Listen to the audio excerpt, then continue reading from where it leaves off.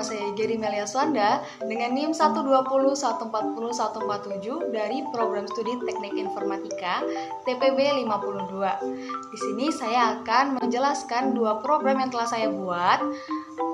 Program ini spesial banget karena bisa bermanfaat banget buat kalian yang masih di tahap persiapan bersama, khususnya di ITERA. Nah, program yang saya buat ini semata-mata nggak cuma karena gabut, tapi karena saya buat ini untuk syarat dari tugas akhir atau UAS pengantar komputer dan juga software. Program yang saya buat yaitu yang pertama adalah mengenai kalkulator laprak fisika. Kan berguna banget, pastikan enak banget zaman kalian boy. Untuk program yang kedua ini berguna banget buat anak kimia karena saya membuat program yang berhubungan dengan fraksi mol. Jadi kalian nggak usah ribet-ribet lagi ngitung manual guys. Penasaran nggak sama programnya? Penasaran kan? Yalah. Disclaimer tapi ya, program ini tidak boleh digunakan dengan tidak baik. Kalian harus menggunakannya dengan baik. Jangan sampai males belajar fisika apalagi kimia. Oke, jadi tunggu apa lagi? Yuk simak penjelasannya. Semoga bermanfaat ya. Kita masuk ke flowchart yang pertama. Nah, di flowchart yang pertama ini kita menghitung kalkulator laprak ya. Ada standar deviasi, ada rata-rata, dan juga ada ketelitian. Nah, sekarang kita coba untuk menjelaskan dari awal. Anak TPB pasti suka banget nih ya, memudahkan dalam menghitung. Karena biasanya tuh laprak kan angkanya koma-koma tuh, terus habis itu rumusnya ribet kalau kita hitung manual. Takutnya ada yang selip angkanya gitu kan di hasilnya. Jadi kita memudahkannya dengan memberikan program di C++ yang bisa membantu anak-anak TPB untuk menghitung laprak dengan benar. Oke, sip. Sekarang kita masuk ke mainnya. Kita deklarasikan dulu integer n. N ini gunanya buat apa? Untuk menginputkan batasan datanya. Jadi kita mau berapa nih data yang mau kita inputkan?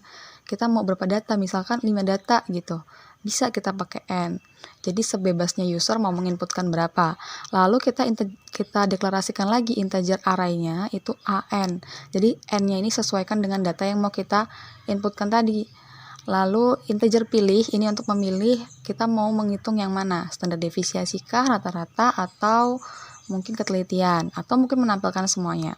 Lalu kita deklarasikan totalnya, rata-ratanya, deviasi, ketelitian, I dan juga devi. Devi ini untuk menampung rumus deviasinya. Ini keperolangannya dimulai dari I sama dengan 0 sampai dengan n-1. Lalu masuk ke perolangannya memasukkan data. Kita masukkan ke rumus tot sama dengan AI plus AI. Tot ini adalah total, dia menjumlahkan semua data yang setelah kita masukkan. Lalu ke rumus rata adalah total dibagi dengan banyaknya data.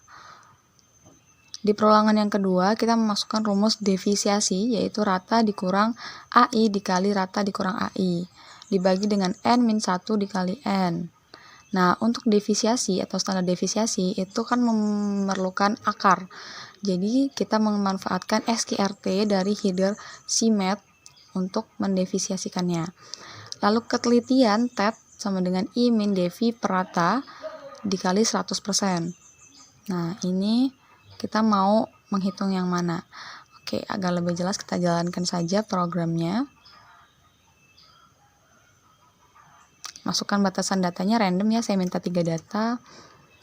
6,8, 9,5, 2,4. Nah, di sini kita diminta untuk memilih mau nomor 1, 2, 3, atau 4. Saya minta tampilkan semua. Nah, tampillah semua, nilai rata-ratanya adalah 1,33, standar deviasinya adalah 0,27, ketelitiannya adalah 79,58%. Berjalan ya flowchartnya. Sekarang kita masuk ke programnya. Hampir mirip, headernya saya memakai IOStream dan juga Math.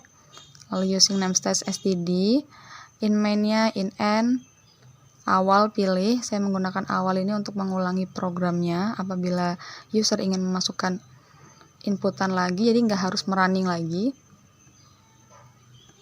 Kita char ca itu untuk memilih yes atau no. Awal untuk goto-nya, cout masukkan banyak data seperti yang tadi batasannya. Float kita mendeklarasikan array, total, rata, deviasi, ketelitian, dan devi.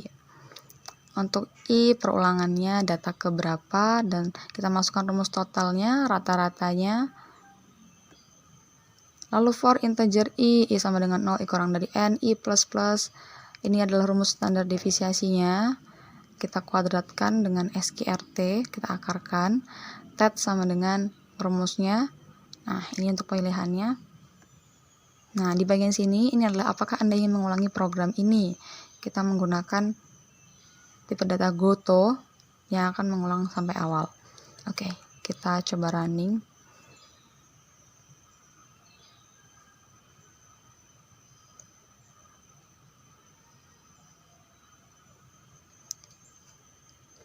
Nah, banyak datanya kita masukkan 4 aja, data ke satunya adalah 3,8 ya. Karena lapar kan biasanya koma-koma gitu ya. Nah, coba kita masukkan koma-koma. Nah, kita mau menghitung, tampilkan semua. Nah, itu dia.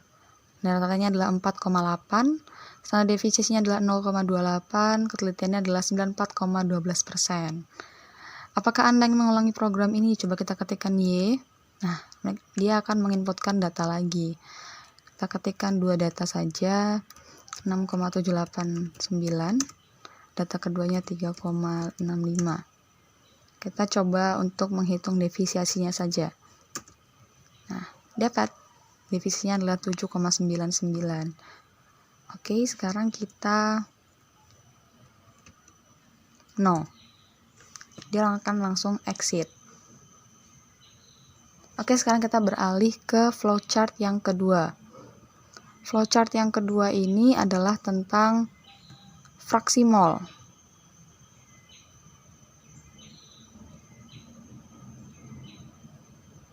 Nah, ini guys, proses yang keduanya. Fraksi mol kita deklarasikan dulu n, batasan sama seperti yang di awal tadi untuk menentukan berapa banyak data yang akan kita inputkan. Lalu kita deklarasikan array-nya, array NP, NP itu adalah mol zat pelarut. Lalu array NT, NT itu adalah mol zat terlarut. Lalu ada real XT, XP, XT ini adalah fraksi mol terlarut, dan XP adalah fraksi mol pelarut.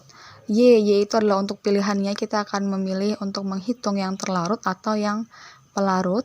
I untuk perulangannya. Masuk ke perulangannya, kita masukkan mol zat terlarutnya.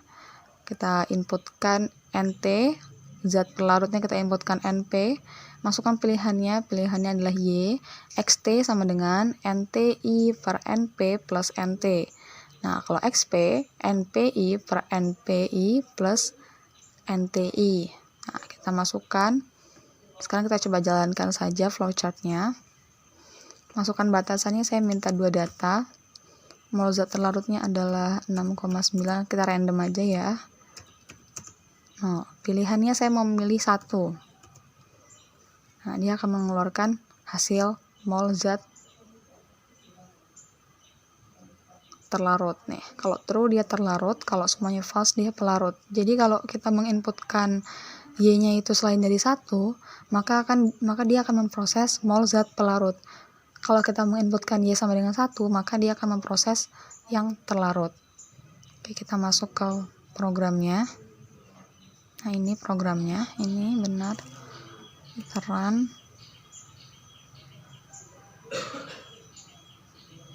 Nah, masukkan banyak data, kita coba 2 data saja. Mol zat terlarut ke satunya 5,7, mol zat terlarut keduanya adalah 3,9. Masukkan pilihannya, saya minta pilihan 2 coba ya. Nah, yang keluar adalah fraksi mol zat pelarut. Oke, sekarang kita coba untuk pilihan yang kedua, kita benar masukkan molnya. Nah, kita pilih yang ke 1. Nah, masukkan banyak data, saya coba 2 data saja. Nah, ini tadi mol terlarut ke satunya, yang ini adalah data terlarut, zat terlarut kedua. Oke teman-teman, itu tadi program yang sudah saya buat dan juga saya sudah jalankan, saya sudah jelaskan. Jadi semoga bermanfaat buat teman-teman sekalian dan semoga dipergunakan dengan baik. Walaupun ada programnya, tetap jangan lupa belajar fisika ataupun kimia ya. Jadi kalau ada requestan problem lagi silahkan komen di bawah. Jangan lupa like video ini, subscribe juga boleh, di-share juga boleh. Sampai jumpa di program selanjutnya.